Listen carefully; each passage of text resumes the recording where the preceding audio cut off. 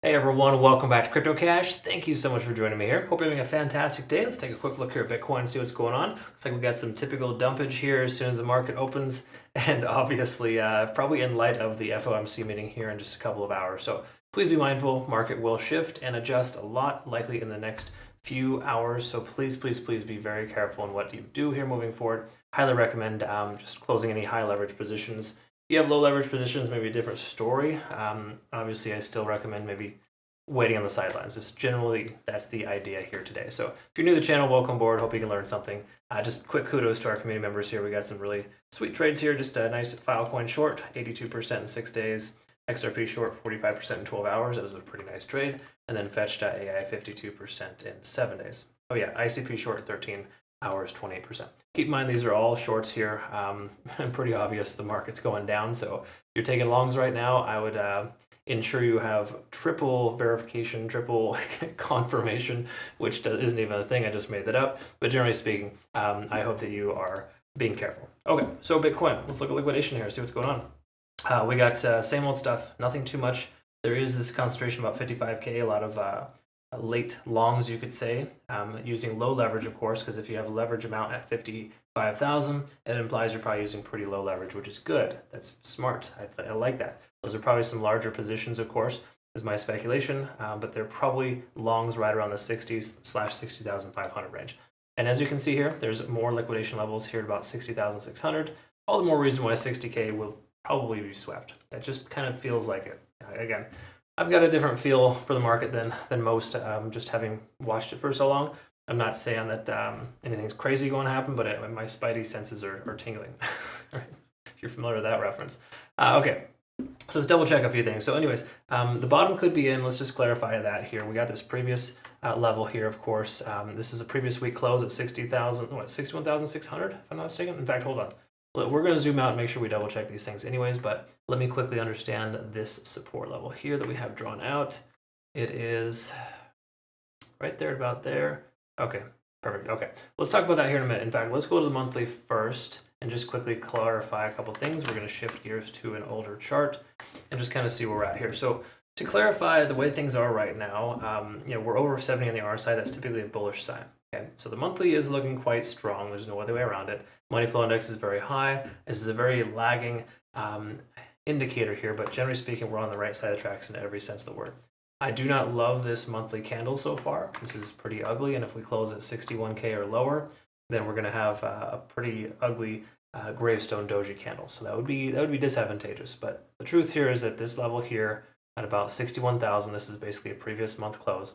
That's where that number or that line comes from. Okay, so previous month close at 61K. Closing above that would be important here today, or sorry, not today, of course, here in about 10, 11 days to ensure that we are showing that continuation should happen. If we close below that, the sky isn't necessarily going to be falling. It just implies that we haven't broken bullish, because if you look at this here, previously when we broke over 70 in the RSI, the price took off and continued higher. So hypothetically, we could see the same thing again. I think it's a lot less likely considering how overextended we are going into it. But if we take a look at this here, give you perspective, we're about 6 months into this bullish continuation. So hypothetically, we've got about 2 or 3 more months before the price pulls back. Again, this is larger time frames, folks. Monthly time frames got to be taken with a grain of salt. Same thing with the weekly too. A lot of people put a lot into specific areas. And I did, in fact, because I rarely do this. I only do this because my community member, one of my admins, was asking me to do it. Asked me to watch another video from another YouTuber. Quick disclosure, that was my first video I've watched on YouTube with other promoters or influencers, I guess, in probably a couple of years, right? I purposely do not watch anyone else with the intention of making sure that I have an unbiased opinion, okay? Because again, when it comes to technical analysis, a lot of people can inundate themselves with too much information, right? So that's why I like to use basic indicators per time frame to ensure that we're on the right side of tracks and we understand more specifically that you don't try not what is it, paralysis by analysis, I think is the term. So try not to overanalyze things, kind of, guys and gals. I just think it can be problematic. Anyways, something that was brought to my attention here, of course, is just the general consensus here of us being ascending here with the RSI, right? So in other words, we take a look at this guy here, just make it simple. We can see that we're making higher highs and higher lows, and we're dropping down below so far here. with this RSI, kind of letting us know that there's a shift in momentum. Now, I don't put a tremendous amount of emphasis on these ascending or descending trends on the RSI. While I do think that's relevant, I think it can be oftentimes read into too far. So again, if everything is looking bullish on the smaller time frames, and then you got a slightly divergent weekly with a little bit of a breakdown here, I don't think that's super. It's not super telling, if you will. Again, a lot of things kind of factor in. Same thing with patterns too. If you put too much emphasis on patterns and you overlook the obvious, then you're going to put yourself at a disadvantage. Anyways, this is a pattern, so to speak, and we can see that the RSI is dropping down below that level, effectively letting us know that we could see further downside. And I support that because I do think 60,000 should be the initial bottom, but I do also personally feel that if we lose that level, we could see somewhere in the range of low 50s, and I think that's very realistic. So yes, to speak on that point there for the couple of minutes that I watched, I can say that they're making some valid points here on the weekly and the fact that we have this shift in momentum that's occurring. Right. So again, truth is that shift in momentum is going to occur, in my opinion, once we break down below 70. So if the price action stays where it's at and then RSI continues lower, that'd be all well and good. But there's a few different scenarios we're going to pay attention to, and we'll bridge that gap when we get there. Only other way to look at this, though, is that everything else is still fairly well bullish in the overall sense. So the weekly isn't really giving us massive amount of considerations. However, you do want to understand that stochastic RSI on the weekly is letting us know that we are starting to shift gears and lose that momentum. This is very common, though, folks. This is a very common occurrence. I mean, you take a look at this here. Last time we plateaued on stochastic RSI. When the RSI started to taper off, the price went sideways. So there's still a strong likelihood the price can go sideways, even though we lose 70 on the RSI and or we drop and the stochastic starts to pull back. Okay. Me personally, I don't think it's worth over concerning ourselves, but there's no doubt that we've been expecting the price action to pull back for the last week, and it's been doing exactly that. And the reason why we can see that and identify that is because we look at the daily and the 4-hour time frames.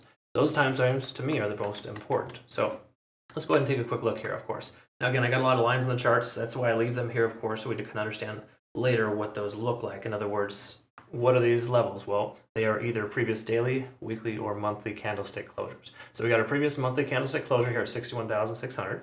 That's an important level to close above this month. All right. So it doesn't mean we have to close on it this month. It just implies there's a lot of selling pressure at that level, and that previous years past, there's been a few months where the price action cannot close above that level.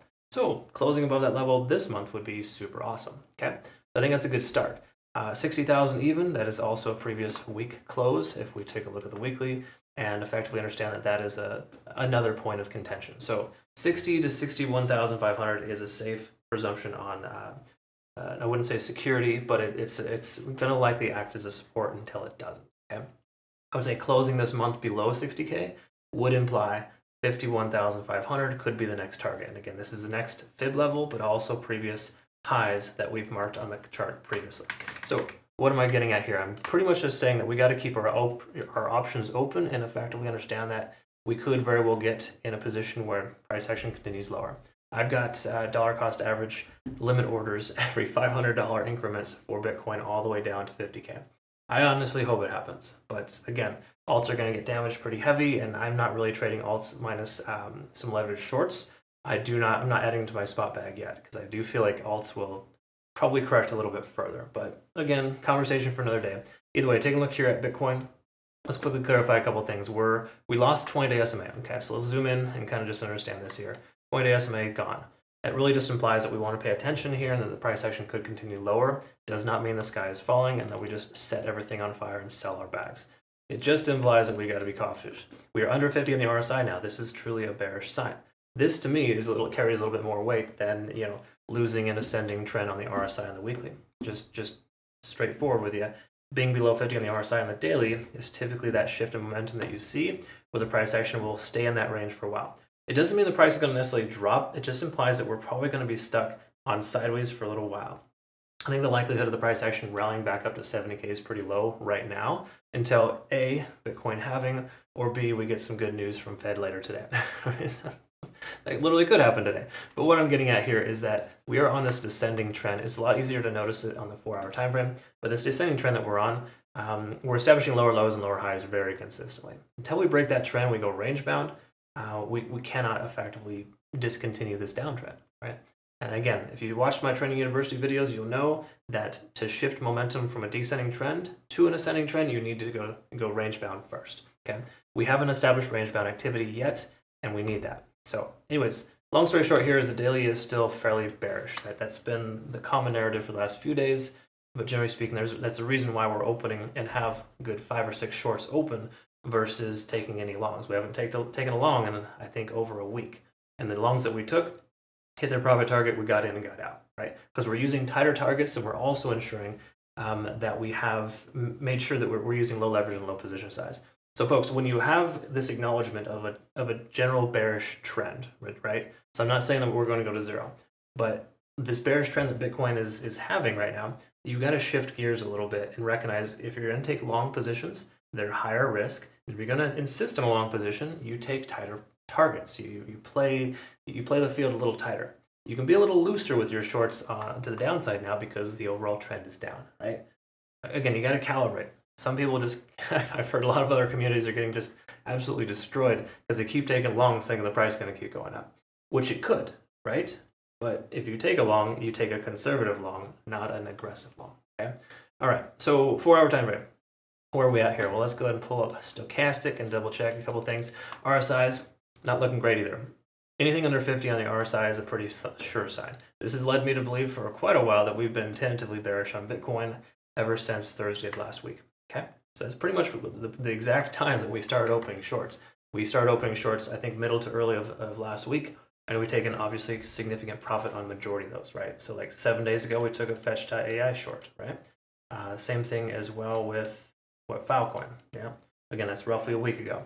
And that's right when we saw RSI dropping below 50. Okay, so again, 50 on the RSI to me is a very, very strong indicator, specifically on the 4-hour time frame. So being underneath that level is not great. MFI is coming back up. That's great. And we got a stochastic swinging up too. So it does imply that we've tentatively bottomed out, but I really don't think that we're done coming down. If we are, we got to see an established range bound activity first. MACD is trying to converge but hasn't yet. That's a strong sign that it's trying to shift momentum, but nothing's quite happened. In other words, we can see we've been overextended for some time here. It makes sense for the price to kind of level out from here, okay?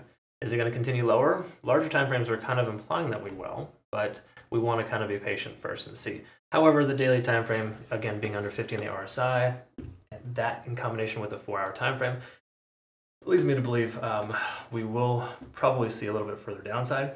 I do think 60,000 is inevitable, so I got some heavy heavy spot orders at 59 to 60K. And then alternatively as well, low 50s too, just as a safeguard. Once more, different strategies, folks, but I like to dollar cost average it. Heavy support and resistance levels, and I think we're coming up on one right now. So, I mean, that goes without saying, I have also been added to my bag from 65 to 60K, honestly. That seems like a pretty solid little area, because we could very well pivot here and bounce, but I think it's a 50-50 shot right now at this exact moment.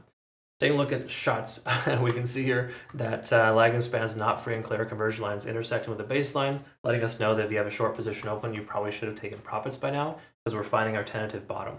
Same thing here with the Ichimoku cloud. It's averaging itself on the lower side of this descending trend. So honestly, we do not have any distinct probabilities or safe considerations for long until the price gets 65, 66K within a 24 to 40 hour period. Okay? So best case scenario, leading in the weekend, we close at 65,000 above this previous resistance level here, and we effectively take a long position at that point. Sorry, let me rephrase. We consider taking a long position if all the other contributing factors are present at that point. That would be a better case scenario here. Again, we want to be back up over 50 on the RSI on the daily. We're going to probably need a couple of days of bullish momentum to do that. We have to be over 50 on the RSI on the 4-hour time frame to have any confidence in taking these trades. At that point, we would have a MACD convergence, and it would be beneficial to consider. But again, those are all perfect exact case scenarios. And that goes without saying that could very well be even a dead cat as well, because a lot of times market movers will get people to buy in right here and then just completely destroy their account. So all the more reason to just be very, very careful and cautious with longs right now. You don't need to go crazy with shorts, but I can tell you statistically, you're more likely to find success with shorts than longs versus some super strong coins which honestly there aren't a lot of them right now because the market's getting shaken out. So what does that all mean for us here? Well, it means you want to be patient and not force a trade. You do have to force a trade, and it's like this compulsion that you have. You should not be trading in the first place because you're going to lose your money. Or, heaven forbid, you just are that kind of person, you've had some good luck so far. Increase your luck potential by lowering your leverage and lowering your position size so you can get less destroyed when the market doesn't go your way, because it's a good chance of that. So at this point, what we want to see here moving forward, again, is a closure up here in this range within about 20, 40, 48 hours. So by Friday, if we close at 65K or higher, it might be worth considering long. Between now and then, we want to break this range, okay? We're stuck in a range as low as 61,500, upwards of resistance at 65K. So, you know, doing one of these would likely give us a chance to be able to go higher because we'd be breaking this most recent high, establishing it as low and continuing up. We see the price break down, strong likelihood, this will become the new resistance and the price continues lower. So far, so good with 61,500 though. 61.5 does appear to be a tentative support level, and there's a reason for that because it is a previous month close. Okay? So that level to me seems to carry a little bit more weight than, you know, diverging slightly on a stochastic RSI weekly ascending trend. Okay. Again, try not to put too much emphasis on one little thing. Make sure you look at the big picture, which we just looked at here, and we can recognize that small to mid-term timeframes tell us we're seeing a shift in momentum or we're bottoming out tentatively, and we need to kind of go with that presumption for the moment. But it does not mean that just because that's happening, you take a bunch of long positions and you act reckless and destroy your account. The market is in a strange transition right now, folks. You really got to be careful the way that you're trading. There's a reason why I'm taking maybe only 3 or 4 trades a week right now. Okay.